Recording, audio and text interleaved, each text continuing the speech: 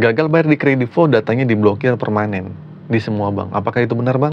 Simak video ini sampai habis. Assalamualaikum warahmatullahi wabarakatuh. Pada video kali ini saya akan membahas masalah gagal bayar di aplikasi Kredivo. Seperti yang kita ketahui ya, Kredivo adalah aplikasi paylater yang terkenal. Nah, meskipun tidak tercantum dalam 102 pinjol legal versi OJK, tetapi dianggap legal. Hal ini karena mereka tidak terdaftar dalam daftar pinjol legal versi OJK sejak tahun 2022.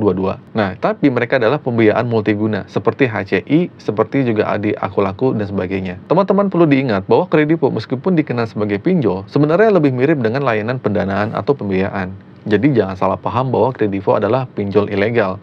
Mereka tetap legal dan aman digunakan. Jadi teman-teman yang sedang mengalami keterlambatan pembayaran atau masalah lainnya di Kredivo ini, insya Allah masih aman. Nah, jadi begini teman-teman, ada satu hal yang perlu diperhatikan. Apakah data kita akan diblokir atau terdaftar dalam daftar hitam untuk semua pinjol dan aplikasi pinjaman lainnya jika kita gagal dibayar di Kredivo? Nah, jawabannya insya Allah tidak. Yang terblokir sebenarnya tergantung pada persetujuan dari pihak yang memberikan pinjaman. Jadi jangan salah sangka bahwa semua masalah perbankan dan keuangan akan sulit jika kalian gagal bayar di Kredivo. Tidak semudah itu. Nah, ini hanya bergantung pada persetujuan dari lembaga keuangan tersebut, bukan karena Kredivonya, bukan. Jadi jika teman-teman mendapatkan ancaman dari DC Kredivo melalui SMS, melalui WhatsApp, telepon, atau metode lainnya, kemungkinan besar itu hanyalah ancaman semata dan bohong. Jangan terpengaruh karena tidak benar bahwa gagal bayar di Kredivo akan membuat semua masalah keuangan di perbankan itu akan sulit.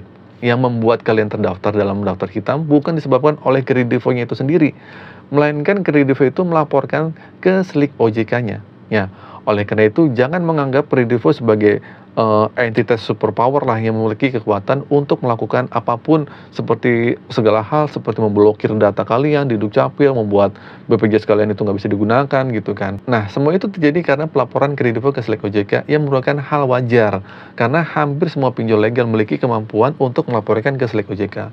Mereka itu bekerjasama dengan instansi bank, emang iya. Ya, dari zaman dulu, tidak semua pinjol itu memiliki kerjasama dengan kemampuan untuk melaporkan ke slik OJK.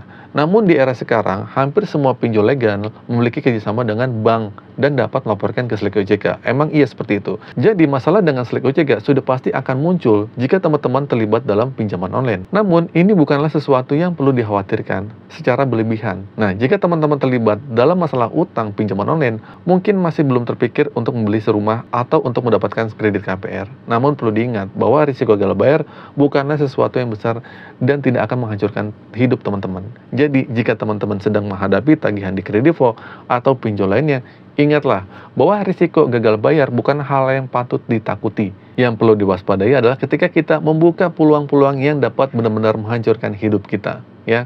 Jangan sampai kalian terlibat dan terlilit sama pinjaman online yang tergulung akhirnya gali lubang tutup lubang. Artinya teman-teman, ketika pikiran kita cenderung negatif dan kita mulai percaya pada perkataan DC ini, rasa takut pun muncul kan. Akhirnya kita dapat melakukan tindakan-tindakan yang merugikan diri sendiri.